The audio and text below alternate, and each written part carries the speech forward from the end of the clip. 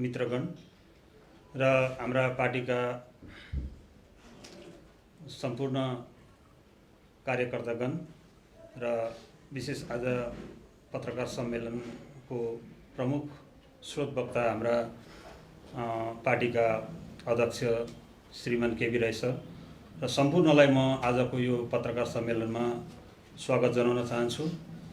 र अब हामी हाम्रो विशेष आजको पत्रकार सम्मेलनको जो विषयमाथि हाम्रा अध्यक्ष महोदयलाई नै आफ्नो विचार राखिदिने म हार्दिक अनुरोध गर्दछु।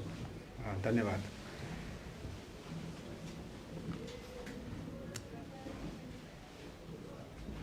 आजको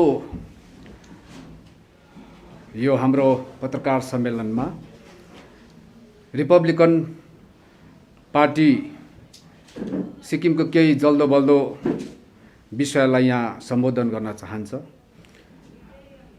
र विशेष तीनवटा कुरामा म अगाडि नै हजुरको समक्षमा हाइलाइट गर्न चाहन्छु। एक नम्बर, वान नेसन वान रासन कार्ड माथि सिक्किम रिपब्लिकन पार्टीको विचार कस्तो छ अनि अडान कस्तो छ यसमाथि हामी स्पष्ट पार्छौँ। र अनि भर्खरै मात्र नवगठित एउटा नागरिक समाज भन्ने एउटा संस्था भर्खरै मात्र गठन भएको छ र यो नागरिक समाजले राखेको केही एक दुईवटा बुदाहरूलाई हामी टिप्पणी गर्छौँ। अनि त्यो टिप्पणी गर्ने बुदाहरूमध्येमा एउटा हो 1974 को जुन पिपल रिप्रेजेन्टेसन माथि जुन कुराहरू उहाँहरूले प्रकाश पार्नुभयो, सिक्किम सब्जेक्ट रिप्रेजेन्टेसन एक्ट 1974 माथि, यसमा हाम्रो केही टिप्पणी हुन्छ।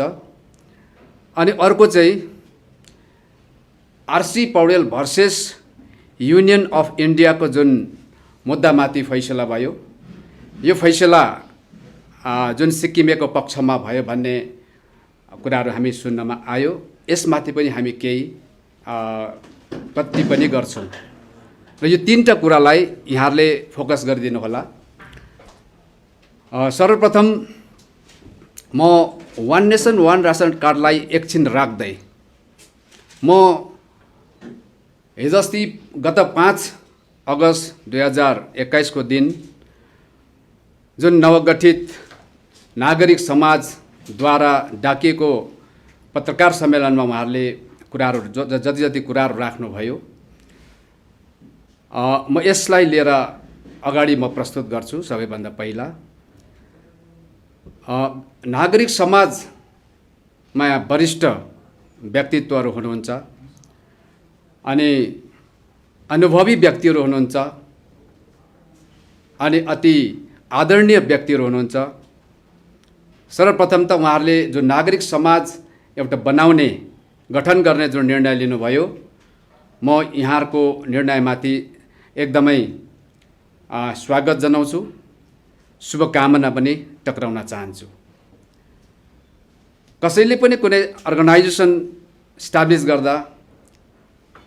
गर्दा भरसक चाहिँ उहाँहरूले आफ्नो समाजको लागि, आफ्नो राज्यको लागि केही राम्रो होस् भनेर लक्ष्य राखेर नै खोलेको हुन्छ। तर कहिलेकाहीँ हामीले देखेको कुरा सत्य नहुन सक्छ र सत्य कुरा एकापट्टि हुनसक्छ। एउटा हिन्दीमा भनाइ छ, जो दिखता है वो होता नहीं है, जो होता है वो दिखता नहीं है। र त्यो चाहिँ के हो भने, सर्वप्रथम म नागरिक समाजको अध्यक्ष जो मनोनित हुनुहुन्छ, उहाँले वान नेसन वान रासन कार्डमाथि आफ्नो एउटा व्यक्तिगत तौरमा आफ्नो विचार प्रकट गर्नुभएको थियो।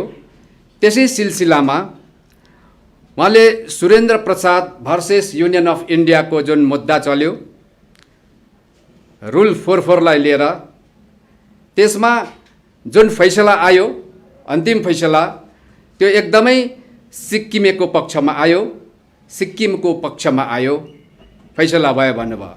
म एकदम स्वागत गर्छु त्यो कुरालाई। बिल्कुल त्यो 100% त्यो उहाँको कुरा राइट हो, त्यो सही हो। साथसाथमा त्यसैको सँगसँगै RC Poudel versus union of India को पनि जुन फैसला आयो 1993 सालमा,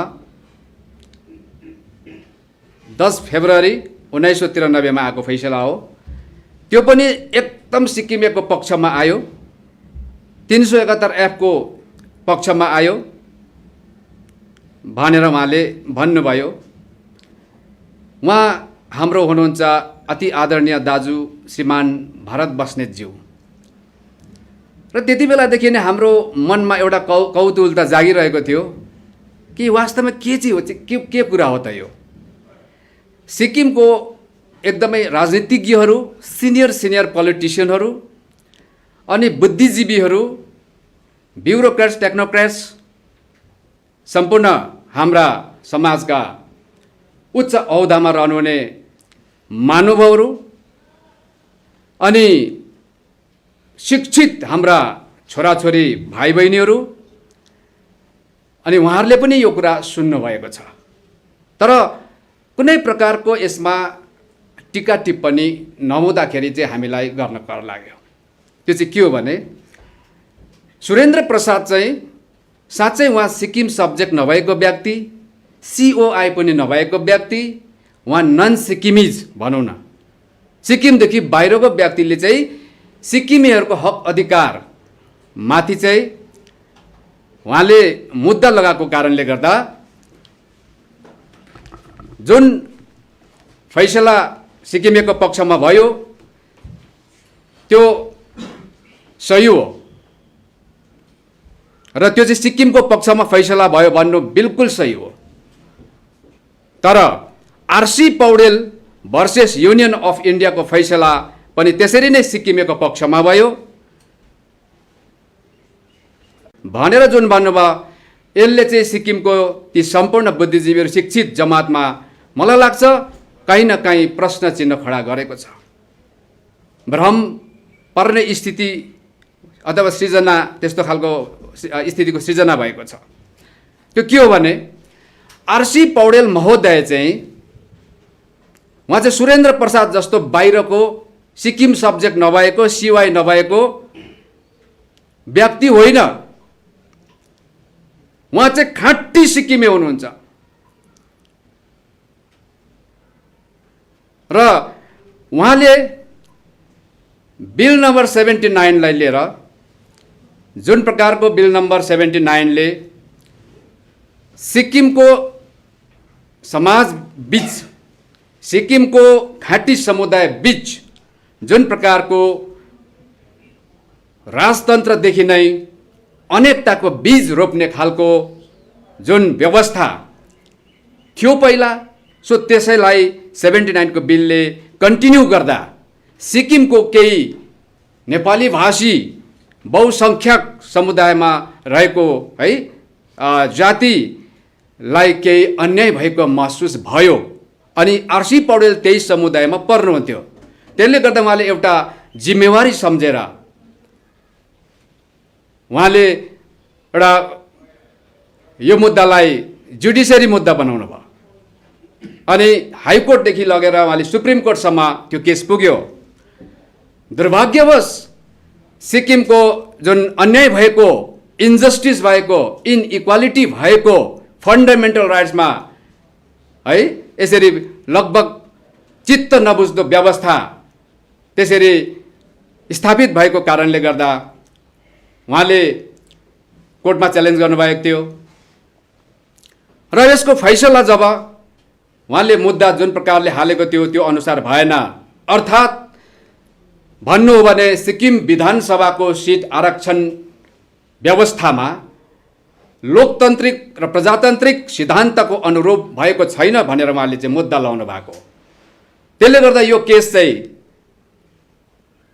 चाहिँ सिक्किमेलाई व्यवहारिक रूपमा, सिक्किमको यहाँको खाँटी बासिन्दालाई संवैधानिक रूपमा, भावनात्मक रूपमा एक सूत्रमा बान्नको लागि उहाँले चेष्टा गर्नुभएको थियो। अगर अब त्यो फैसलामा आरसी पौडेल केसको फेभरमा त्यो फैसला नहुनु भनेको चाहिँ वास्तवमा सम्पूर्ण सिक्किमेको त्यो हितमा त्यो फैसला भएन। यो सम्पूर्ण सिक्किमेलाई अवगत भएको कुरा हो र हाम्रो अति आदरणीय भरत बस्नेतज्यूले उहाँले भन्न चाहेको के हो हामीले बुझेनौँ र RC Poudel versus union of इन्डियाको केसमा सिक्किमेको जितबा भन्दाखेरि चाहिँ हामीलाई के यस्तो सोच्न बाध्य भयौँ त सिक्किमे चाहिँ भन्दा आरसी पौडेल भर्सेस सिक्किमेको केस भए जस्तो भयो चाहिँ, अर्थात् non Sikkimese RC Poudel versus बाहिरको आरसी पौडेल भर्सेस भित्रको सिक्किमेको फैसला भएको थियो। त्यसले गर्दाखेरि चाहिँ आरसी पौडेल केस अथवा बहुसङ्ख्यक समुदायको जुन एस्पिरेसन थियो, जुन एउटा आशा थियो, त्यो आशा अनुरूप फैसला भएन। त्यसले गर्दाखेरि आरसी पौडेल लगायत उहाँ जुन समुदायमा हुनुहुन्छ त्यो डल्लै समुदायको त्यो चाहिँ जित होइन, त्यो चाहिँ हार भएको कुरा हो। अनि त्यो हारलाई चाहिँ आरसी पौडेलको हार बनाएर जित चाहिँ कसको भएको भनेर उहाँले भन्न चाहनु भएको हो। त्यो चाहिँ सिक्किमको जनता मजाले है क्रिस्टल क्लियरको हिसाबमा यसमा पारदर्शी हिसाबमा जान्न चाहन्छ। रिपब्लिकन पार्टीले उहाँ जस्तो सिनियर दाजुहरूलाई यो कुरा तपाईँले प्रश्न पारिदिनुहोस् भनेर यहाँबाट अनुरोध गर्न चाहन्छ, बिन्ती गर्न चाहन्छ। नत्र राज्यमा देशमा जहिले पनि राजनैतिक एउटा कूटनैतिक चालहरू चलि नै रहन्छ। कुनै पनि कानुन व्यवस्थाहरू बनिँदाखेरि त्यो कूटनैतिक चालहरूको प्रतिबिम्बहरू त्यो भित्र भेटिन्छ र केही मात्रामा त्यो नेक्सस भन्छौँ हामी, जो अलिकति सामान्ती सोच राख्छ, सामान्ती विचार राख्छ अनि उनीहरूको त्यो सामान्ती सोच र विचारलाई चाहिँ व्यवस्थामा मिश्रित गरेको हुन्छ, त्यहाँ इन्क्लुड गरेको हुन्छ र कुर्सीकै लागि केवल आफ्नो स्वार्थपूर्तिकै लागि, सस्तोभन्दा सस्तो राजनीति गर्नकै लागि त्यस्ता सोच भएका, सामान्ती सोच भएका केही मात्रामा भएका व्यक्तिहरूको खुसामदी गरेर राजनीतिमा सफलता प्राप्त हुने जुन प्रकारको सिक्किममा ट्रेन्ड चलेर आएको छ, यो चाहिँ सिक्किमको लागि खालि एउटा समुदाय मात्र होइन, सिक्किमको सम्पूर्ण सिक्किमको लागि यो चाहिँ खतरा हो, यो चाहिँ घातक हो। जसरी अङ्ग्रेजले कानुन बनाए सिक्किमको जमिन किनबेचमाथि, अङ्ग्रेजले कदाचित सिक्किमको भलाइ चाहँदैन थियो। हाम्रो महाराजा त्यति बेला कमजोर हुनुपर्छ, उसको राज्यमा गृहयुद्ध हुनुपर्छ, विद्रोह हुनुपर्छ अनि उसको नागरिक बीचमा आज ठुलो कन्ट्रोभर्सी हुनुपर्छ, विवाद पैदा हुनुपर्छ अनि उसको राज्यको त्यो नागरिकहरूले त्यो कारणले गर्दा त्यहाँ विद्रोह आउनुपर्छ। अनि त्यति बेला चाहिँ राजा पनि कमजोर हुन्छ, देश पनि कमजोर हुन्छ अनि मात्रै हामी हस्तक्षेप गर्न सक्छौँ भन्ने डिभाइड एन्ड रुलको पोलिसी लागू गर्न चाहन्थ्यो। त्यस अन्तर्गत उनीहरूले हाम्रो महाराजालाई आज इन्करेज गर्नुभयो कानुन त्यस्तो खालको बनाउन र सिक्किमको सही मान्छेले, सिक्किमको माया गर्ने, माटो गर्ने असल व्यक्तिले सिक्किमको जुन सोभरेन्टी लामो समयसम्म है दीर्घकालीन हुनुपर्छ भनेर त्यस्तो चाहने व्यक्तिले कदाचित हाम्रो महाराजालाई सही सल्लाह दिन दिएनन्। त्यसले गर्दा त्यसको नतिजा पछि 1973 भोग्नु पर्यो सम्पूर्ण सिक्किमेले। र त्यस्तै प्रकारले सुन्नुहोस्, म नामै लिन्छु, अब किताबमा पनि लेखेको छ, मैले मात्रै लुकाएर के गर्नु। नारी रुस्तमजी त्यति बेलाको हाम्रो पाल्देन थन्डुप नामग्याल जो अन्तिम राजा हुनुहुन्थ्यो, उहाँको एकदम इन्टिमेट फ्रेन्ड, साथी र जब जब राजालाई चिन्ता हुन्थ्यो, समस्या हुन्थ्यो, उसको उहाँलाई छटपट हुन्थ्यो, त्यति बेला नारी रुस्तमजीसँग सल्लाह लिनुहुन्थ्यो। अनि अर्को एकजना व्यक्ति हुनुहुन्थ्यो सिक्किममा त्यति बेला पोलिटिकल अफिसर JS लाल, जोन एस लाल। र जोन एस लाल र नारी रुस्तमजीले 1952 सालको चाहिँ एउटा व्यवस्था सुरु भयो, स्टेट काउन्सिल, जहाँ अब जनताले भोट लगाएको छ 50-50 को आधारमा। त्यो सबै त्यसको मास्टर माइन्ड चाहिँ हाम्रो जोन एस लाल र अनि नारी रुस्तमजी हो। र उहाँहरूले कदाचित पनि सिक्किम महाराजाको सिक्किमको हित चाहेर त्यस्तो सल्लाह दिएका थिएनन्। यो हाम्रो अति आदरणीय लेप्चा भुटिया दाजुभाइहरूले पनि राम्ररी सुन्नुहोस् है।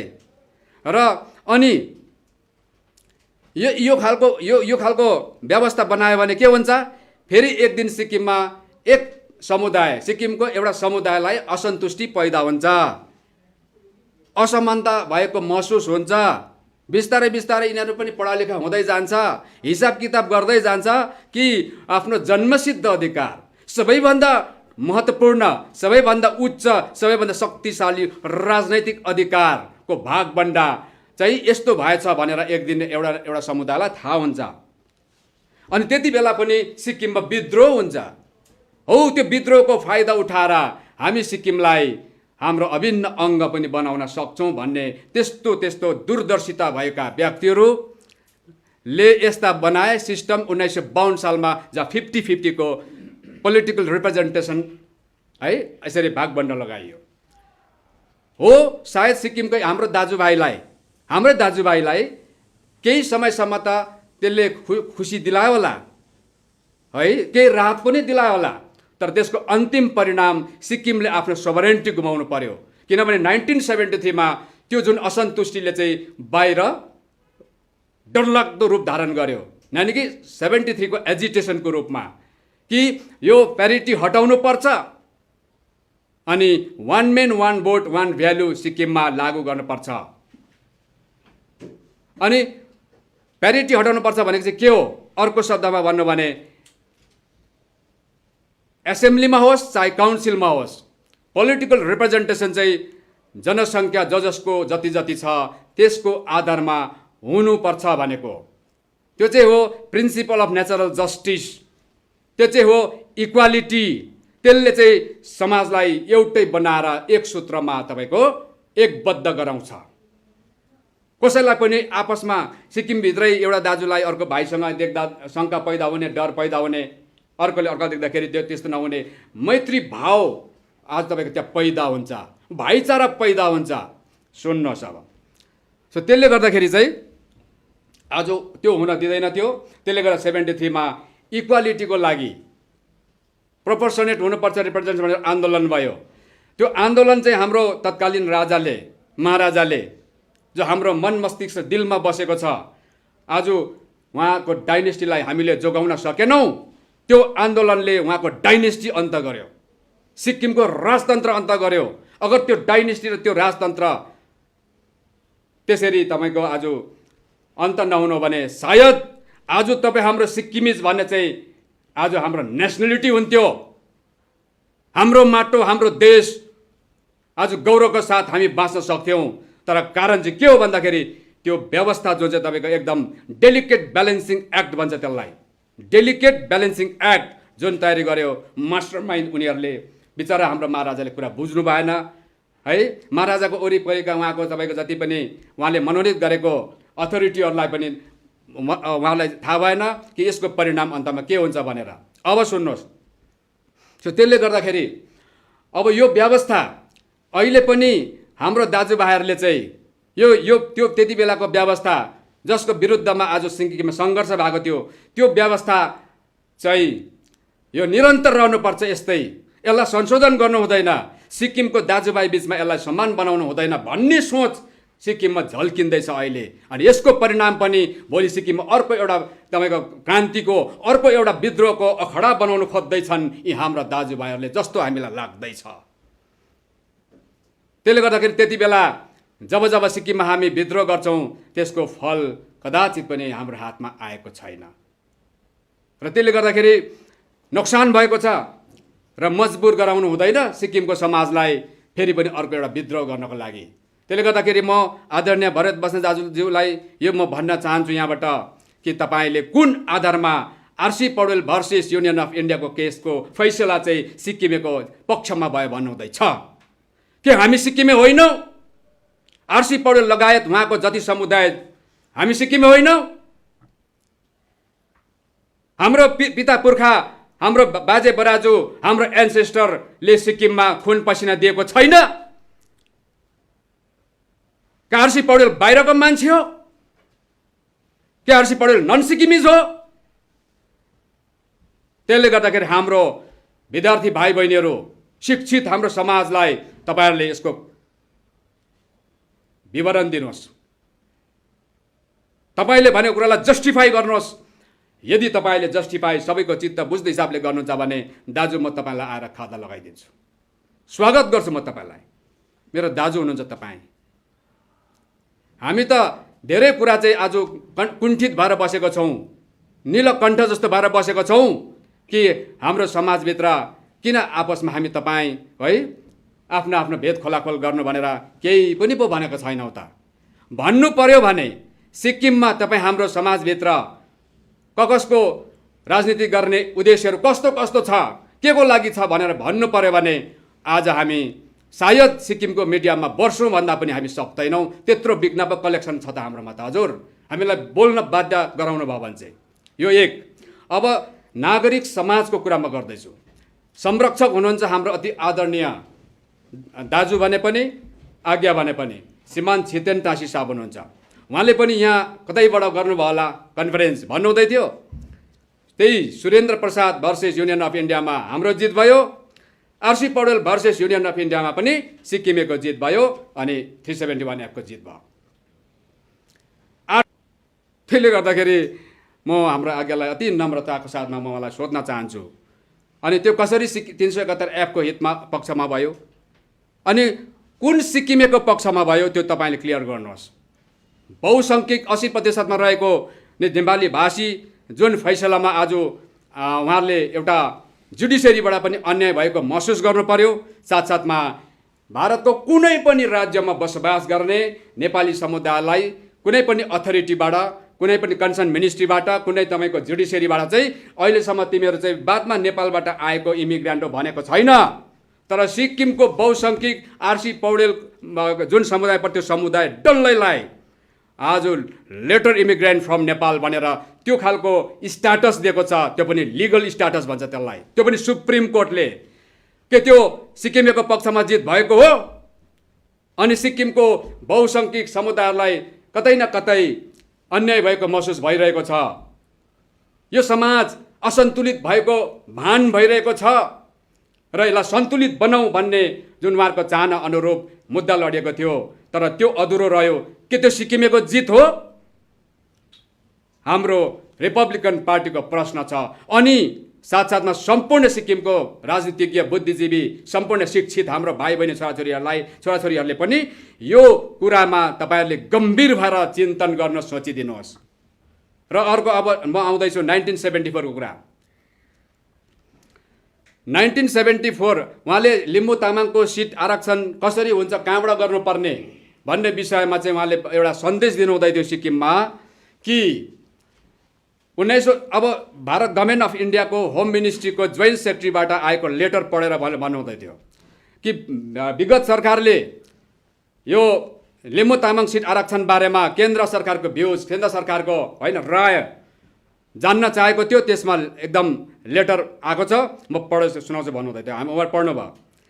अब लिम्बू तामाङको सिट चाहिँ 371 F ले सिक्किमलाई गभर्न गरेकोले गर्दा 371 F भारतको संविधानको एउटा अङ्ग, एउटा के अरे आर्टिकल भएकोले गर्दा 371 F ले नै सिक्किमको विभिन्न जाति समुदायको सिट आरक्षण गर्ने सब आर्टिकल F मा प्रोभिजन भएको कारणले गर्दा चाहिँ आर्टिकल 332 र अन्य भारतको संविधान अन्तर्गत लिम्बू तामाङको सिट आरक्षण हुँदैन र सिक्किममा अन्य रहलको पनि हुनेवाला छैन। त्यो चाहिँ हो 371 F को आधारमै हुन्छ। त्यसमा एकदम म स्वीकार गर्छु हाम्रो छितेन टासी आज्ञाको कुरा। र अब ओल्ड लजको कुरा आयो। फेरि 371 F ले ओल्ड लजलाई प्रोटेक्ट गर्ने कुरा आयो। ओल्ड लज अनुसार सिक्किम चल्छ, 371 F ले प्रोटेक्ट गरेको छ। त्यसले गर्दाखेरि अब ओल्लज मध्येमा सिक्किम सब्जेक्ट रिप्रेजेन्टेसन एक्ट 1974 अन्तर्गत 74मा चुनाव भयो। प्रजातान्त्रिक सिक्किमको पहिलो चुनाव र पहिलो सरकार गठन भयो एलडी काजी साहबको अगुवाईमा। अनि त्यति बेला 1974 सालमा कस्तो खालको एरेन्जमेन्ट थियो विधानसभाको सिट एलोकेसनमा भन्दाखेरि एकापट्टि 16वटा डाइरेक्ट भुटिया लेप्चाको नाममा, यतापट्टि 16वटा नेपालीको नाममा, नेपाली समुदायको नाममा। अनि एउटा सिट सङ्घ भनेर त्यही 16 बिएलको भित्र इन्क्लुड भयो। यतापट्टि एउटा सेड्युल कास्ट, एउटा चोङ भनेर त्यही 16 भित्र इन्क्लुड थियो। र त्यसले गर्दाखेरि अब पुरानो कानुन अनुसार नै हाम्रो लिम्बू तामाङ दाजुभाइको 371 एप्टले प्रोटेक्ट गरे अनुसार नै, त्यसमा भएको प्रोभिजन अनुसार नै लिम्बू तामाङको सिट दिनुपर्ने हुन्छ भनेर चाहिँ त्यो केन्द्रले लेटर पठाएको, उहाँले पढ्नुभयो, त्यो केन्द्रले पठाएको। ठिक छ, अब हामीले के गर्ने त? सल्लाह हो यो चाहिँ, अब आज्ञासम्म सल्लाह हाम्रो, हामी दाजुभाइ हो, एउटै घरको परिवार हो हामी। त्यसो भने अब 1974 सालको 50-50 को सिट रिजर्भेसन जो प्यारिटी भनिन्थ्यो त्यति बेला, अहिले पनि त्यसलाई प्यारिटी हामी मान्छौँ।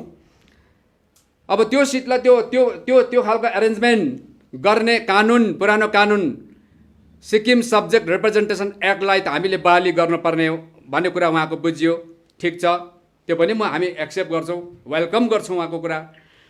र अनि सिक्किममा लागु अहिले कुन चाहिँ कानुन भएको छ भन्दा सिट एसेम्ब्लीको रिजर्भेसनमाथि चाहिँ भारतीय कानुन union act representation of the people amendment act 1980 सिक्किममा अहिले सिक्किममा चाहिँ मूल कानुन भनेको यसको आरपी एक्ट 1950 एन्ड 51 हो।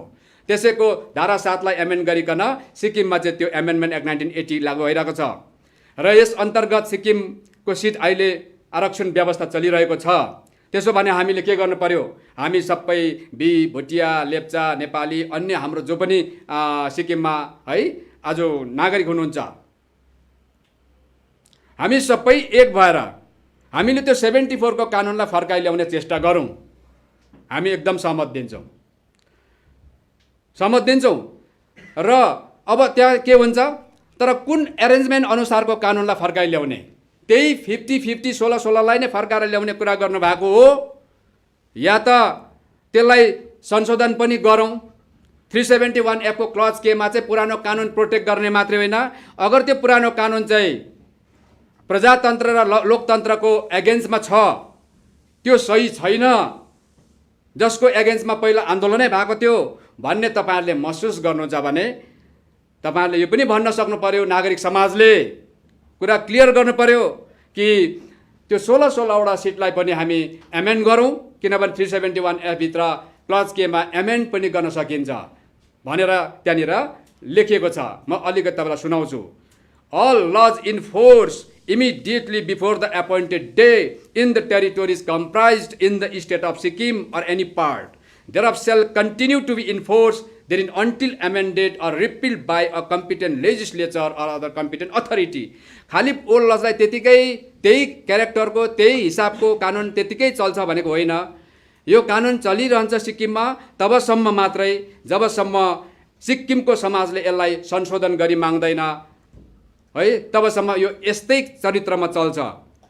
र सिक्किमको जनताहरूले, सिक्किमको है दाजुभाइहरूले अगर यसलाई आफूले जनमत दिएर पठाएको है लेजिस्लेचरमा, लेजिस्लेटिभ एसेम्ब्लीका मेम्बरहरूलाई, मुख्यमन्त्रीलाई आज तपाईँको अनुरोध गर्छ कि यो कानुनलाई सच्याइदेऊ भन्यो भने चाहिँ सिक्किम स्टेट एसेम्ब्लीले रेजोल्युसन पास गरेर केन्द्रलाई पठाएपछि केन्द्रले यसको अन्तिम रूप तयारी गरिदिन्छ। त्यसले गर्दाखेरि यो कानुन रिजिड होइन, पर्मानेन्ट होइन, यो संशोधित पनि हो। यो अर्को कुरा साथसाथमा के भनेको छ, त्यसले गर्दाखेरि चाहिँ यो कानुन अब जुन 16-16 को कुरा छ त्यसलाई संशोधन पनि गरेर हामी दाजुभाइ बिचमा हाम्रो चित्त बुझ्दो बनाउन सक्छौँ हो, सल्लाह गरेर चित्त बुझ्दो बनाउन सक्छौँ। एक अर्को चाहिँ यदि तपाईँहरूको त्योपट्टि सोच छैन, हजुर जस्तो छ 16-16वटा त्यस्तै हुनुपर्छ भन्नुहुन्छ भने चाहिँ अब यसमा सुन्नुहोस्, लिम्बू समुदायलाई त्यति बेला चोङ भनेर एक सिट मात्रै दिएको थियो। जनसङ्ख्या हेर्नुहुन्छ भने आजको दिनमा हाम्रो लिम्बू दाजुभाइहरूको 10% छेउछाउमा छ। त्यसो गर्दाखेरि हेर्नुहोस् अब तामाङ पनि त्यहाँ प्लस भएको छ, त्यसले गर्दा लिम्बू तामाङ एलटीसँगै सिटको कुरा आयो। र र 16 सिट भित्रबाट दिनुपर्छ भने चोङको एउटै मात्रै सिट भनेर चाहिँ लेखिएको छ 74 को एक्टमा। त्यसो भने के हजुर नागरिक समाजले चाहिँ लिम्बू समुदायलाई एउटा सिट दिँदा भइहाल्छ, उहाँहरू खुसी भइहाल्छ भनेर हाम्रो लिम्बू समुदायलाई चाहिँ एउटा सिटमा चाहिँ उहाँहरूले त्यो सिन्की खाँदे जस्तो हो, हेर्दा चाहिँ बाहिरबाट धेरै देखिन्छ, तर त्यो टिपेर सुकाउँदाखेरि साग होस् चाहे मुलाको सागहरू होस्, तर त्यसलाई जब भाँडामा खादिन्छ त्यति बेला तपाईँको यति एक डोको साग चाहिँ 2 केजीमा परिणत हुन्छ, 1 केजीमा परिणत हुन्छ। त्यसरी खाँदेर चाहिँ चोङ सिट लिम्बूलाई चाहिँ 1 सिट मात्रै हुनुपर्छ भन्नुभएको हो कि या त हाम्रो लिम्बू तामाङ दाजुभाइलाई त्यो 16वटा लिएर चाहिँ त्यहाँबाट जनसङ्ख्याको आधारमा दिनु भन्नुभएको, यो कुरा स्पष्ट हुनु पर्यो, यो कुरा स्पष्ट हुनु पर्यो। र यसरी आज सिक्किममा कुरा राम्रोसँगले क्रिस्टल क्लियर नगरिकन हामीले राजनीति गर्नु र कुनै सङ्गठनले काम गर्नु सिक्किमको लागि घातक हुन्छ। म अति आदरणीय हाम्रो नागरिक समाजको संरक्षक चिफ प्याट्रन श्रीमान छितेन टासीज्यू लगायत उहाँको जति पनि होइन साथीभाइहरू हुनुहुन्छ, मेरो तपाईँहरूलाई अपिल छ, हामी अन्तमा दाजुभाइ हौँ, एउटै घरको परिवार हौँ र जहाँ जहाँ तपाईँ हामीलाई चित्त बुझेको छैन चित्त बुझाउने खालको काम गरौँ र सबै सिक्किमेको भलाइ हुन्छ। र अर्को कुरा अब म आउँछु वान नेसन वान रासन कार्डमा। सायद रिपब्लिकन पार्टीमाथि विभिन्न प्रकारको सोच पैदा हुन्छ होला, वान नेसन वान रासन कार्ड किन बोलेको छैन भन्ने आज म क्लियर गर्न चाहन्छु। यो पेन्डेमिकले गर्दाखेरि अड र इभन मेन्टेन गर्नु परेकोले गर्दा भनेको बेलामा आउन सकिँदैन, म गान्तोकदेखि धेरै टाढामा छु र आजको यो मौकामा म कुरा गर्दैछु। सिक्किम 371 एफले प्रोटेक्ट गरेको भने सबैले भन्छ, पुरानो कानुन प्रोटेक्ट गरेको हो नि त, त्यसले गर्दा पुरानो कानुन अन्तर्गत सिक्किम चल्नु पर्यो, त्यसले गर्दा सिक्किमको विशिष्ट पहिचान छुट्टै छ भन्ने कुरा पनि साँचो। र सुन्नुहोस्, अब सिक्किममा जब जब केन्द्रीय कानुनहरू केन्द्रको कुनै पनि पोलिसीहरू सिक्किममा लागू गर्नुपर्ने हुन्छ या इम्पोज गर्नुपर्ने हुन्छ त्यति बेला चाहिँ रेफरेन्डममा सिक्किम भोट लगाएर सिक्किम भारतमा 22औं राज्यमा परिणत गरिदिने जनताहरूले चाहिँ आफ्नो ओपिनियन दिएर ओपिनियन पोल रेफरेन्डम अन्तर्गत आज तपाईँ प्रस्तुत गरेर भारतको एउटा राज्य बनाउने प्रत्येक सिक्किमे जनताहरू सिक्किम राज्यको सिक्किमको माटोको मालिकहरू भएर बसेको छ अनि जिम्मेवार नागरिक भएर बसेको छ। त्यसले गर्दा सिक्किमको जनताले भोट दिएको छ, हामी जनताको प्रतिनिधि हौँ, त्यसले गर्दाखेरि केन्द्रले जे अराउँछ हामी त्यो गर्नुको लागि चाहिँ जनताले हामीलाई अनुमति दिएको छ भन्दैमा कुनै पनि सिक्किम के अरे केन्द्रीय कानुनहरू चाहिँ सिक्किममा डाइरेक्ट पब्लिकलाई नसोधिकन जनताको राय नलिकन अनि जनसुनवाई नगरिकन क्याबिनेटमा यसलाई यो प्रस्तावलाई नलिकन र अनि क्याबिनेटले पास गरेको बादमा एसेम्ब्लीमा डिबेट नगरिकन डिस्कस नगरिकन आज केन्द्रीय कानुनहरूलाई केन्द्रको पोलिसीहरूलाई सिक्किममा डाइरेक्ट लागू गर्नु भनेको चाहिँ या त केन्द्रको अगाडि नतमस्तक छ सरकार, केन्द्रको अगाडि बोल्न नसक्ने कुण्ठित बन्ने सरकार छ सिक्किममा, या त डेभलपमेन्टको नाममा सिक्किमको विकासको नाममा आज सिक्किमको रहलपहल अधिकारहरू पनि अस्तित्वहरू पनि आत्मसम्मान पनि आज लगेर तपाईँको केन्द्रमा लगेर बेच्दैछ। नत्र भने एउटा जिम्मेवार सरकारले मुख्यमन्त्री महोदयले हामीलाई जनताले जनमत दिएर पठाएको छ अनि यो सम्पूर्ण जनता म लगायत सम्पूर्ण जनताहरूलाई 371 एफले सुरक्षा दिएको छ अनि सुरक्षा चाहिँ ओल लजलाई प्रोटेक्ट गरेर दिएको छ भनेर उहाँलाई यदि यो जिम्मेवारी थाहा हुन्थ्यो भने उहाँकोमा यो खालको नैतिकता थियो भने उहाँले चाहिँ आज सिक्किमको जनतालाई सोध्नु पर्थ्यो। विभिन्न जनताको सङ्घ संस्थाहरू छ, पोलिटिकल पार्टीहरू छ, जहिले पनि यो पोलिटिकल पार्टीहरूलाई हजुरहरूले दुश्मन नसोच्नुहोस्, सम्पूर्ण पोलिटिकल पार्टी र सङ्घ संस्था सिक्किमको हितको लागि खोलिएको हो। त्यसले गर्दा यी सबै हितधारक सङ्गठनहरूलाई तपाईँहरूले कन्फिडेन्समा लिएर चाहिँ अनि मात्रै अगाडि तपाईँहरूले कुनै कानुन लाउनु छ भने तपाईँहरूले त्यो कुरा गर्न सक्नुहुन्छ। र सर्वप्रथम त सिक्किमको 371 एफले भारतको यो सिक्किमलाई सञ्चालन गर्ने पुरानो कानुन बाहेक कुनै पनि कानुन संविधान 371 संशोधन गरेर यहाँनिर लागू गर्नु छ भने त्यो भारत सरकारले चाहेर पनि डाइरेक्ट सक्दैन।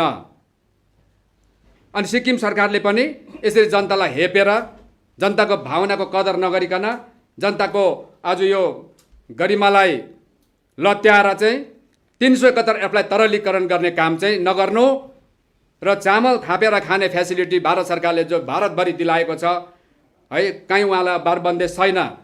त्यो भारत सरकारले आफ्नो गरिब जनताहरू, विभिन्न क्याटेगोरीमा पर्ने त्यो खाजनाहरू पाउनु पर्ने क्याटेगोरीको जनताहरूलाई उनले त एउटा राम्रो पोलिसी फ्याँकिदिएको, तर सिक्किममा चाहिँ लागू गर्दा यसले भविष्यमा कस्तो खालको भवितव्य निम्त्याउँछ, कस्तो सङ्कट हुन्छ, 371 एफमाथि कुनै प्रकारको घात हुन्छ कि हुँदैन भन्ने कुरामा विचार विमर्श नगरिकन, त्यो खालको विस्डम नराखिकन, विवेक नराखिकन चाहिँ यो काम गर्नु, यो चाहिँ त्यसै कारण यो विवादको कुरा भइरहेको सिक्किममा अहिले शङ्का पैदा भइरहेको छ। अझै पनि समय छ। हामी सिक्किम सरकारलाई सल्लाह दिन चाहन्छौँ, सजेसन दिन चाहन्छौँ, तपाईँहरूले अहिले पनि जनताहरूको ओपिनियन लिएर ल हजुर हामीले त बटम दबाइहाल्यौँ, हामीले त लागू गरिहाल्यौँ, तर सिक्किमको बहुसङ्ख्यक समुदायहरू, जनताहरू होइन, सिक्किमको बहुसङ्ख्यक नागरिकहरू भनेको चाहिँ अब लगभग 50 एबभ भनौँ न पनि हुनुहुन्छ है, सायद आयु पनि बढ्न सक्छ। सरकारको व्यक्तिको भनेको होइन, फेरि मैले मोराले घटाउने हो क्या भनेर सोच्छ होला, मैले भनेको सरकारको हो, सत्ताको भनेको हो। सत्ताको आयु पनि रमिन सक्छ, तर जनताले चाहे जस्तो काम चाहिँ गर्नु पर्यो। र यो जुन चाहिँ 371 एफ तरलीकरण गर्ने कुरा छ, यो चाहिँ फेरि एउटा कुरा बुझिराख्नुहोस्, यो चाहिँ अहिले वर्तमान सत्ताधारी पार्टीले, सरकारले मात्रै गरेको भनेर चाहिँ म भन्न मिल्दैन। किनभने योभन्दा बढी सिक्किममा 371 एफको तरलीकरण गर्ने काम चाहिँ विगत सरकारले पनि गरेको छ। अहिले त सुरु हुँदैछ। अहिले अब यो कतिसम्म गर्ने हो? हामी सिक्किमे जनता सचेत भएन भने, हामी भुटिया, लेप्चा, नेपाली, अन्य हाम्रो समुदायहरू पनि छन् है, जो ओल्ड सेटलर्सहरू पनि हुनुहुन्छ, हामी सबै मिलेर आज हाम्रो जगेडा गर्नको लागि अगाडि जागेनौँ, सचेत भएनौँ भने अब वर्तमान सरकारले सुरु गरेको छ 371 एफको तरलीकरण गर्न। यो भोलिको दिनमा कुन हद तक कहाँ पुग्छ यसको आज त हामी अड्कल गर्न गाह्रो पर्छ। र म विगत सरकारको कुरा गर्दैछु। सिक्किममा हेर्नुहोस्, 371 एफले पुरानो कानुनको रक्षा गर्दै थियो भने सिक्किमको जनतालाई नसोधिकन एउटा घमण्डको साथमा उहाँहरूले सिक्किमको पुरानो कानुन कुन चाहिँ तपाईँको खतम गर्यो म भन्दैछु। Sikkim income tax manual order 1948, Sikkim companies registration act 1961, Sikkim forest act, Sikkim motor vehicle act, अब थुप्रै छ यस्तो कुराहरू। हेर्नु, यस्ता कानुनहरू जो 371 एफले निरन्तर सुरक्षा दिइरहेको थियो, विगत सरकारमा जनतालाई कुनै प्रकारको थाहा नदिकन, नसोधिकन केन्द्र सरकारको अगाडि विकासको नाममा हाम्रो ती पुरानो कानुनहरू सबै होम लगाइदिए स्वाहा भनेर। अन्त अहिले आएर विगत सरकार चलाउने महानुभावहरूले, उहाँहरूले चाहिँ मलाई लाग्छ 371 एफको तरलीकरण भयो भन्दै अगाडि आउनु चाहिँ उहाँहरू स्वयंलाई अप्ठ्यारो लाग्नुपर्छ। जस्तो जस्तो बराजै उस्तै नाति त हो अहिले त। गुरु चेला, गुरु शिष्य परम्परामा सिक्किमको राजनीति चलिरहेछ। सुन्नुहोस् त्यो कसरी। एलडी काजीको बादमा जति पनि सिक्किममा सरकार हुँदैछ त्यो चाहिँ बहुसङ्ख्यक समुदायबाट हुँदैछ। लिडरसिप चाहिँ, लिडर अफ द हाउस चाहिँ उहाँको हातमा छ सरकार। त्यहाँदेखि एलडी काजीको बाददेखि यता चाहिँ सिक्किमको 371 एफमाथि बार तपाईँको तरलीकरण गर्ने काम भएको छ। त्यसले गर्दाखेरि अनि 15 वर्ष सरकार चलाउनेको चेला हो, 25 वर्ष चलाउने चाहिँ। सुन्नुहोस् यहाँ, 15 वर्ष सरकार चलाउनेको चेला हो, 25 वर्ष सिक्किममा सरकार दिने, केही फरक थिएन। बोर्ड त्यही हो। त्यसले गर्दाखेरि त्यही फल झरेर त्यहाँबाट उम्रेको त स्वाद त अर्को हुँदैन थियो। त्यहाँदेखि फेरि अहिले सुन्नुहोस्, फेरि त्यही 25 वर्षको वृक्षबाट झरेको फलले फेरि मुनि गएर तपाईँको जमिनबाट है बहुत मुस्किलले खुट्टा टेकेर उम्रेर अहिले निकै ठुलो झ्याङ भएको छ। स्वाद लु सिक्किमको जनताले लु फाल्टो पाउँदैछ त त्यही स्वाद छ। अन्त म त अझ शिक्षित समाजलाई है हाम्रो बुद्धिजीवीहरूलाई म यो कुरा राख्न चाहन्छु कि परिवर्तन भन्नेको परिभाषा चाहिँ कस्तो हुन्छ। अब क्रान्तिको परिभाषा र परिवर्तनको परिभाषा चाहिँ हामीले जुन ल्याएको छौँ अहिले त्यही हो त? यो होइन भने असली परिवर्तन त्यो खालको गुरु चेला परम्परालाई हटाएर चाहिँ नयाँ सोच, नयाँ विचार, छुट्टै प्रकारको आइडियोलोजी, छुट्टै प्रकारको दर्शन भएको सिक्किमको समाजलाई यथार्थ रूपमा एक सूत्रमा बाँध्ने, भुटिया लेप्चा नेपालीलाई एउटा आत्मा बनाउने, एउटा शरीर बनाउने, एउटा नागरिक बनाउने, एउटा दाजुभाइ बनाउने खालको आज तपाईँलाई परिवर्तन चाहियो, क्रान्ति चाहियो भने चाहिँ त्यो चाहिँ सिक्किम रिपब्लिकन पार्टी हो। म ठोक्का लगाएर भन्न सक्छु, ठोक्का लगाएर भन्न सक्छु।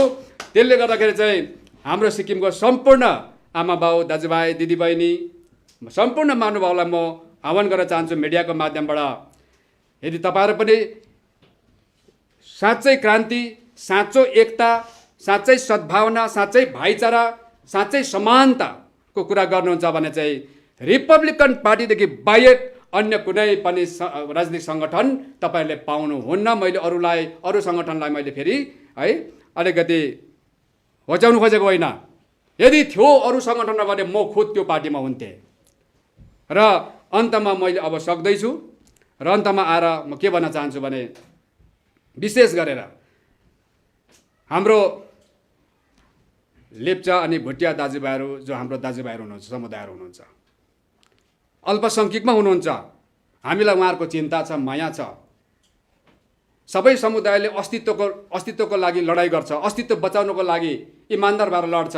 अनि हाम्रो छितेन टासीज्यू चाहिँ ती मध्येमा एकजना आफ्नो समुदायको, आफ्नो जातिको अस्तित्व, अस्मिता र उसको है अधिकार सुरक्षाको लागि इमान्दारपूर्वक स्ट्रगल गर्ने एकजना व्यक्ति हुन्। अनि उहाँ हाम्रो त्यस कारणले गर्दा त्यहाँबाट हामी इन्लाइटन भएको छौँ। त्यसले गर्दाखेरि म उहाँलाई एक प्रकारले टिचरको रूपमा पनि हेर्छु। म उहाँलाई कहिले कम्युनलको रूपमा हेर्दिनँ, तर मलाई चाहिँ तपाईँहरूले पनि, मलाई थाहा छ तपाईँहरूले कम्युनलको रूपमा हेर्नुहुन्न, तर आँखामा पट्टी बाँधेको अन्धकारमा जिउने केही हाम्रो महानुभावहरूले हुनसक्छ मिस्टर केबी राईलाई कम्युनलको दृष्टिकोणले हेरेको छ भने मेरो तपाईँलाई भन्नु केही छैन। तर कम्युनल भनेर तपाईँहरूले मलाई कतै तपाईँहरूले फेसबुकमा लेख्नुभयो, म अस्तिदेखि भन्दैछु, कतै पनि तपाईँहरूले के अरे त्यस्तो खालको कमेन्ट्स गर्नुभयो भने माया लाग्छ हाम्रो दाजुभाइलाई कोर्टमा नबोलाउँ भनेर, थानामा नबोलाउँ भनेर। तर अब उता मायाले पनि थाम्दैन भन्छन्। त्यस्तो खालको देख्यौँ भने चाहिँ सायद त्यस्तो पनि हुन्छ होला। मलाई अलिकति होइन तपाईँहरूप्रति एउटा मेरो रिक्वेस्ट पनि छ र म यसै कुरामा भन्दै थिएँ। र त्यसले गर्दाखेरि हाम्रो छितेन टासी आज्ञाबाट हामी इन्लाइटन भएका हौँ र हजुरकोमा सबैमा एकताको भावना, सद्भावना, बराबर समानताको भावना छ भने हामी तपाईँ नागरिक समाजसँग बसेर कुरा गर्न हामी होइन इच्छुक छौँ। अब हामीलाई सूचना प्राप्त थियो तपाईँ पनि एउटा नागरिक समाजको लागि अघि बढ्दै हुनुहुन्थ्यो र तपाईँ पनि कहीँ जानुभयो है, पुरानो नागरिक समाजलाई पनि फर्काइल्याउने तपाईँले प्रयास गर्नुभएको थियो। त्यो प्रोसेस हुँदा हुँदै अर्को नागरिक समाज जन्मिनाले गर्दाखेरि कतै कन्फ्लिक्ट त भएको होइन? अब यस्तो छ हेर्नुहोस् है, हाम्रो पनि एउटा थियो होइन, तपाईँले भन्नुभएको पुरानो एउटा नागरिक समाज चाहिँ भन्दैन, नाम चाहिँ नाम अरू थियो, त्यो छ अझै पनि होइन। अब त्यहाँबाट फेरि अर्को एउटा नयाँ खोलिएको छ। त्यसले गर्दाखेरि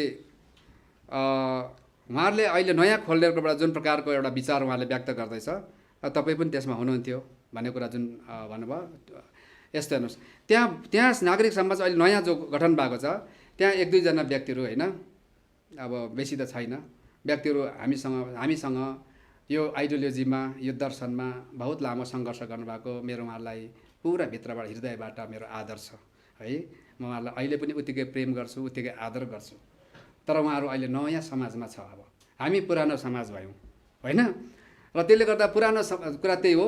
हामी त्यहाँ अब नयाँ समाजमा त अब के छ भने मैले भनिहालेँ नि, अब पुरानो समाजले जुन भन्दैछ नयाँ समाजले त्यसलाई एडप्ट गर्ने हो भने फेरि यो समाज एउटै हुन्छ बुझ्नुभयो हो र अगर फेरि त्यो नयाँ समाजको अडान चाहिँ त्यो होइन जुन प्रकारको एउटा सिक्किमे समाजलाई अनेकतामा ल्याउने विभाजन गर्ने खालकै सिस्टमलाई नै लिएर चाहिँ तपाईँको उहाँहरूले नागरिक समाजले अगाडि बढाउने हो भने चाहिँ पुरानो समाजको र उहाँहरूको त्यो आइडियोलोजी मिलेन। त्यसले गर्दाखेरि तपाईँले भन्ने कुरा चाहिँ ठिकै हो। अरू केही छन् भन्नुहोस्।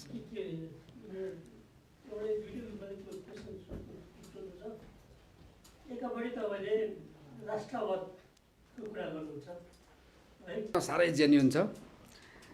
अनि हाम्रो विष्णु सरको है अनि यसमा पहिला चाहिँ के छ भने अलिक कन्ट्राडिक्ट भयो बनाउँदै थियो होइन के अरे कुन चाहिँ प्रश्न भन्दै थियो पहिलाको राष्ट्रवादको कुरा अर्को चाहिँ 74 कै त्यो त यो सेकेन्डको अघि सुरुको मजाको थियो त्यो उहाँको प्रश्न।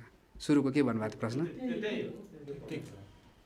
ए राष्ट्रवादको र अनि अब राष्ट्रवाद चाहिँ हामी किन कुरा गर्दैछौँ भने स्वामी विवेकानन्दको कुरालाई लिएर होइन भने चाहिँ 371F चाहिँ यही राष्ट्रको संविधानको धारा हो। त्यसले गर्दाखेरि हामी चाहिँ 371F मान्छौँ भने डाइरेक्टली केन्द्रको कुनै पनि कानुनहरू यहाँ इम्प्लिमेन्ट गर्नको लागि चाहिँ जनताको राय लिनुपर्छ होइन। त्यसले गर्दा त्यो मौका पनि त्यो अवसर त्यो अधिकार पनि धारा 371F भारतको संविधान राष्ट्रकै संविधानले दिएको हो। त्यसले गर्दा हामी संविधानदेखि परतिर राष्ट्रलाई कुनै ऐद हुने खालको कुरा हाम्रोबाट छैन हजुर होइन। त्यसले गर्दा 371F हामी भित्र रहेर कुरा गर्न हामी राष्ट्रवादी नै हुन्छौँ। संविधान हो नि त राष्ट्रको। त्यसले गर्दाखेरि एक चाहिँ अर्को चाहिँ जुन के अरे सुप्रिम कोर्टको फैसला भयो र आज लगभग 25-26 वर्ष पुगे र अब यसको औचित्य कति रहन्छ कि हामी यसलाई चित्त बुझेको छैन यो फैसलादेखि भन्दाखेरि भने चाहिँ उहाँहरूले यो कानुनलाई यो फैसलालाई फेरि च्यालेन्ज गर्नु सक्दैन भनेर काहीँ लेखेको छैन है। र अर्को कुरा चाहिँ 371F भित्र रहेर कुनै पनि पुरानो कानुनलाई संशोधन गर्नको लागि कुनै टाइम बाउन्ड छैन। सो त्यसले गर्दाखेरि 25-26 वर्ष भए तापनि यसलाई हामीले यसलाई यदि चित्त बुझेको छैन भने यसलाई चित्त बुझाउनुको लागि हामी यसलाई फेरि एपिल गर्न सक्छौँ है। हजुर कानुनको विद्यार्थी मान्छे हजुर तपाईँ कानुनविद मान्छे हजुर है। अब त्यसको पनि एउटा लिमिटेसन हुन्छ हैन। कानुनमा लिमिटेसन हुन्छ विन्डो पिरियड दिएको हुन्छ भन्नुभएको तपाईँले केही समय लिमिटेसन हुन्छ। कानुनले त लिमिटेसनको कुरा गरिहाल्छ। कुनै कुरा गर्दा लिमिटेसन र त्यहाँदेखि लोकल स्ट्यान्डिङको कुरा गर्छ। हजुर लोकल स्ट्यान्डिङ 30 वर्ष पछाडि त्यसलाई रिभ्यू गर्नुको लागि तपाईँलाई त्यसमा त्यो लिमिटेसनले तपाईँलाई बार गर्दैन त होइन। अब बिल्कुल बिल्कुल बिल्कुल सर यसमा के छ भने हेर्नुहोस् हामीले जुन चाहिँ RC Poudel versus union of इन्डियाको जुन फैसला भएको छ हामीले त्यो फैसलालाई च्यालेन्ज गर्नु छैन। सुन्नुहोस् है अब कुरा चाहिँ त्यो फैसलालाई च्यालेन्ज गरेको होइन 5 बेन्चको हामीले त्यो फैसलालाई च्यालेन्ज नगरिकन जुन हामीलाई तपाईँको असमान भएको महसुस भइरहेको छ सिक्किममा त्यसलाई हामीले नयाँ प्रकारले है त्यसमा अरू हाम्रो एभिडेन्सहरू त्यसलाई प्रमाणहरू के दिएर त्यसलाई फ्रेस एउटा नयाँ रूपमा हामी गर्दैछौँ होइन गर्न सक्छौँ। त्यो चाहिँ प्रोभिजन छ फेरि त्यो केसमा र त्यसै कारण त अहिले चलिरहेको छ। त्यसै कारण कोर्टले अहिले यो चाहिँ बहुत पुरानो भयो त्यसले गर्दाखेरि यसको एउटा सीमित एउटा समय हुन्छ यसलाई फेरि रिभ्यू गर्ने अथवा यसलाई फेरि एपिल गर्ने। त्यसले गर्दा तपाईँहरूको यो हुँदैन भन्न त्यसकारण उहाँले सक्नु भएन किनभने हामीले यसलाई नयाँ प्रकारले नै गर्दैछौँ। त्यो चाहिँ फेरि ठाउँ छ। कुरा आएर त कुरो नयाँ नभए है अहिले कुरा आएर त त्यही कुरामा म्याटर त विषय त त्यही हो हैन। विषय त लिमिटेसन जुन कुरा तपाईँले अघि आरसी पौडेलको कुरा गर्नु हजुर त्यहीमा आएर चाहिँ त्यही जजमेन्टले चाहिँ सबै कुरा तपाईँहरूको अहिले जुन तपाईँले रेज गरिरहनु भयो त्यो कुरा त्यहाँ एड्रेस भइसकेको छ भनिसकेको छ। हजुर अहिले त्यो तपाईँहरूको हाइकोर्टमा पेन्डिङ छ। हजुर हाइकोर्टमा छ। त्यसो भने अहिले आएर त्यही कुरा गर्नुहुन्छ यहाँ पनि तपाईँ अब त्यसरी भन्नुहुँदैछ तपाईँहरूको आफ्नो क्लियरिटी त्यसमा अब के हो त्यो त्यही त अब यो एउटा कुरा भयो। अर्को चाहिँ तपाईँले फेरि भन्नुहुँदैछ अब 79 देखि आरपी एक्ट अब जुन केन्द्रको कानुन चाहिँ यहाँ लागिसकेको छ त्योबाट चुनाव भएर पनि अहिलेसम्म आसन्न छ।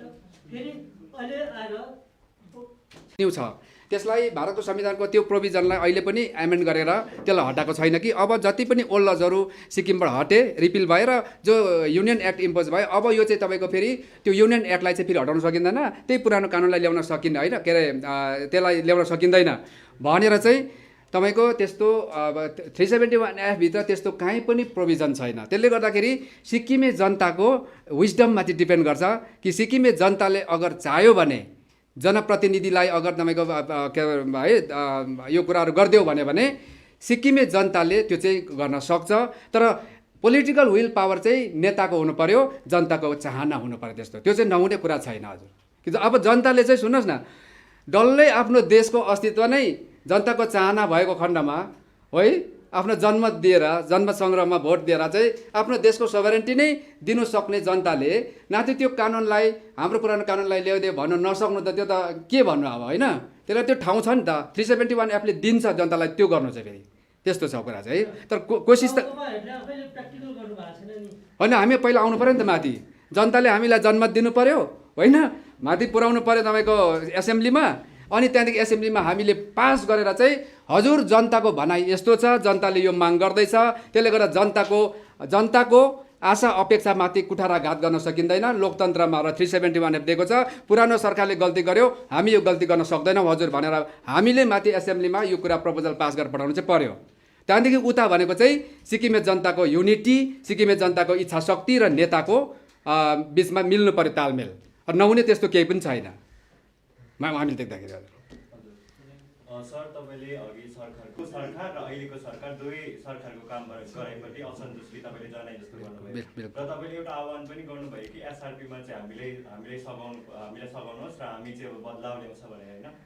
तर तपाईँको चाहिँ तपाईँले चाहिँ कस्तो पाराले बदलाव ल्याउनुहुन्छ? तपाईँको चाहिँ आइडियोलोजी चाहिँ के छ? यो जुन चाहिँ यस्तो खालको चलिआएको छ है, यो प्रवृत्ति यस्तो खालको जुन चाहिँ चलिआएको छ, यसलाई तपाईँ कसरी बदलाव? अब यसलाई मैले 1 by 1 भन्नु पऱ्यो भने त आज कन्फरेन्स सकिँदैन हो। त्यसले गर्दा तपाईँलाई म हो सर्टकटमा भन्न चाहन्छु। अब हेर्नुहोस्, मूल कुरा गरौँ र त्यो अरू फेसिलिटीहरूको कुरा, सानो पोलिसीको कुरा नगरौँ, ठुल्ठुलो कुरा गरौँ। जस्तै सबभन्दा पहिला सिक्किमेको सुरक्षाको कुरा गरौँ। सुरक्षा कवच 371 एफ को तरलीकरण भयो। हिजोको सरकारले पनि गरेको थियो, आज पनि गर्दैछ। चरित्र एउटै छ, बाजे त्यस्तै नाति त्यस्तै भनेर हो यो कुरामा चाहिँ।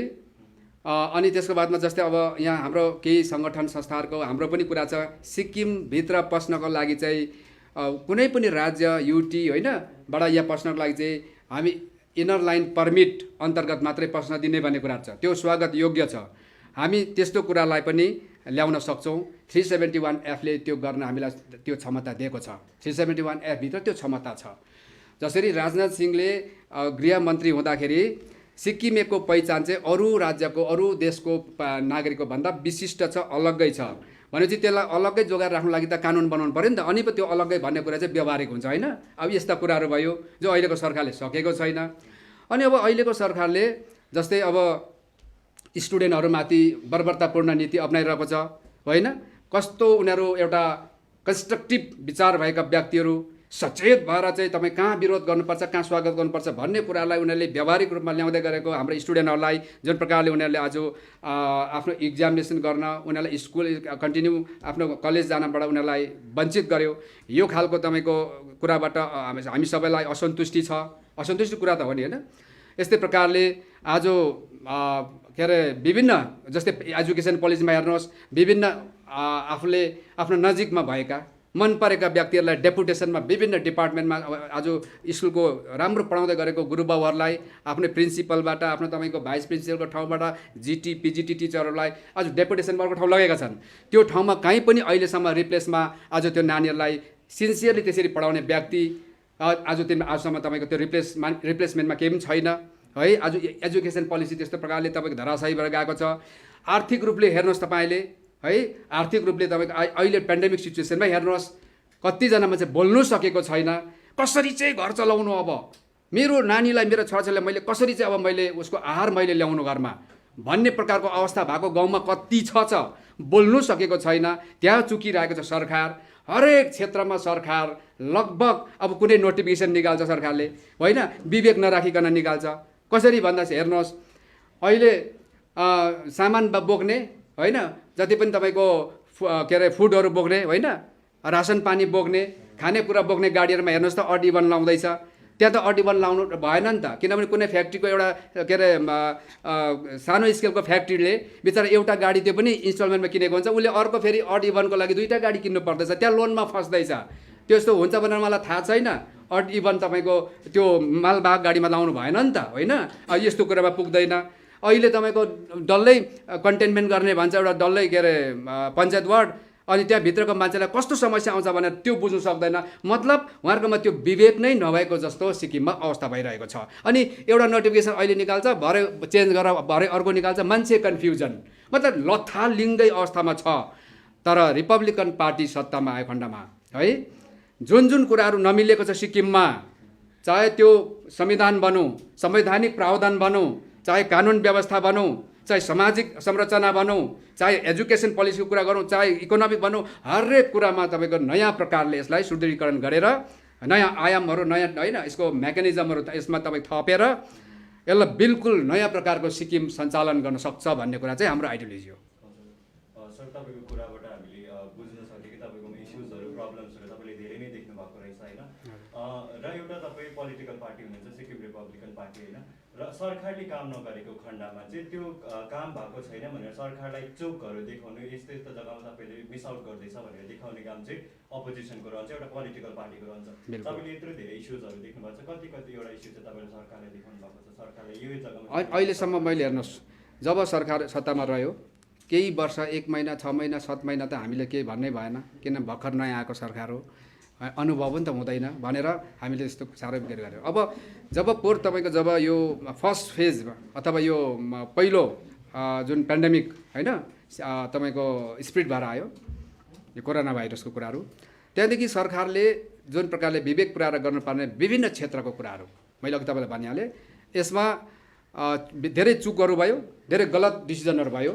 त्यसमा हामीले प्रेस कन्फरेन्सको माध्यमबाट, व्यक्तिगत तौरमा पनि हामीले आफ्नो फेसबुकबाट अथवा पार्टीको होइन के अरे मिडिया, सोसियल मिडियाबाट हामीले विभिन्न प्रकारको सुझाव सजेसन राख्दै आएको छौँ। अनि आज पनि राखिरहेको छौँ कि यो वान नेसन वान रासन कार्ड लागू गर्दा चाहिँ सेन्ट्रलको पोलिसी हो, सेन्ट्रलको एक्ट हो, एक्ट अनुसार तपाईँको यो बनिएको हो।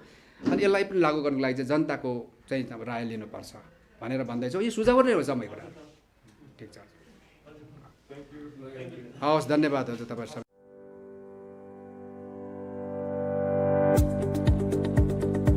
सिक्किम मणिपाल फिजियोथेरापी कलेज सिक्किम मणिपाल विश्वविद्यालयमा 2021 को निम्ति भर्ना खुलेको छ। पाठ्य विषय अन्तर्गत बीपीटी एवं एमपीटी रहेको छ। योग्यताको आधारमा भर्ना लिनेछ। योग्य विद्यार्थीहरूका लागि स्कलरशिपको प्रावधान पनि उपलब्ध छ। छिटोभन्दा छिटो आवेदन गर्नुहोला। विस्तृत जानकारीका लागि www.smu.edu.in मा लगइन गर्न सक्नुहुनेछ।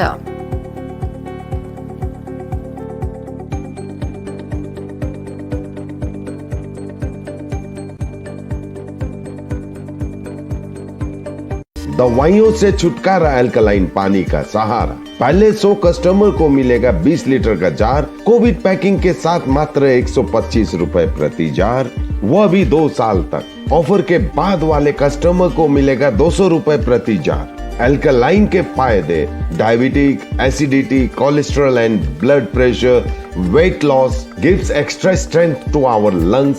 तो इंतजार किस बात का, आज ही बुकिंग करें। Toll free number 180057298851। खुट्टा सुन्नु नभएको छ, मलाई चाहिँ कोल्ड कफहरू थियो र मलाई यहाँको दबाईले सुट गरेको एकदमै जाती हुँदैछ। तपाईँको थाइरोइड कस्तो भयो? एकदमै राम्रो भयो। मेरो चाहिँ यो ब्याक पेन हुन्थ्यो, पुरा साइड पेन हुन्थ्यो कि यो ब्याकमा, निकै सन्चो लाग्थ्यो। अहिले चाहिँ धेरै सन्चो छ। खुट्टा घुँडाहरू, खुट्टा दुख्ने, हातहरू दुख्ने त्यो धेरै कम्ती भयो। तपाईँलाई ब्याक पेनहरू सन्चो भयो अहिले? Grovide Dr. Kensia gallstone, kidney stone, UTI, osteoarthritis, gout, rheumatoid arthritis, sciatica, heart, liver piles, gastritis, gyno problems, prostate problems अनि अन्य रोगहरूको प्राकृतिक इलाज गराइन्छ। हाम्रो ठेगाना छ centre point building, first floor, HD Lama road, opposite to grand plaza shopping complex, Janata lodge, Darjeeling. सम्पर्क नम्बर छ 9641995791 अनि 7001155412। Are you dreaming to begin your Italian adventure? Make it a reality and bring home the Italian collection from Royal Oak. Just a click away. International furniture, unbeatable price. Visit a Royal Oak store today. 50 से 70% कम कीमतों पर Orchid building opposite Vega circle, 2.5 mile, Sevoke road, Siliguri. Our whole team is dedicated to presenting you the best solution. And what about the timeline? We'll be ready with the full presentation in 24 hours. This works. Send me a calendar invite. Sure. See you. See you. खाना order करें? ये Kareena hi-fi वाली बात. Work like you're at office while chilling like you're at home. Office furniture from Royal Oak. Opposite Vega circle, 2.5 mile, Sevoke road, Siliguri. International furniture, unbeatable price. Visit a Royal Oak store today. सोचा था उत्तर बंगाल और सिक्किम का एक television channel हो. हर्ष होता है आज उत्तर बंगाल के पहाड़, दार्जिलिंग जिला या कालिम्पोंग या फिर हो सिक्किम, हर जगह हर ग्राउंड चैनल हैथवे, सीसीएन या NXT डिजिटल हर सेटअप बॉक्स पर अपना 24 घंटा चैनल चल रहा है. मूल मंत्र बढ़ाने का व्यापार, पहाड़ के कस्टमर से प्यार. इस्लामपुर से लेके जलपाईगुड़ी साथ ही सिलीगुड़ी में भी हैथवे और सिटी केबल में 24 घंटा चैनल, फेसबुक और यूट्यूब में भी है. जब SK लाइव का हो साथ तो चिंता की क्या बात. Advertise your products and services with SK live. अब वक्त आ गया है अपने सपनों को एक नई पहचान देने का. वेबल कंप्यूटर ट्रेनिंग सेंटर आपके लिए लेके आए हैं डिप्लोमा एंड कोर्सेज जैसे English speaking course, software application, financial accounting, Tally, Java, HTML, DTP, C++, Python जैसे बहुत से कोर्सेज एंड डिप्लोमा. और आपको मिलेगा hologram sealed certificate government of West Bengal undertaking जो आपके हर सपने को देगा एक नई उड़ान. Webel computer training centre opposite Siliguri college, gate number 2, college Para, Siliguri.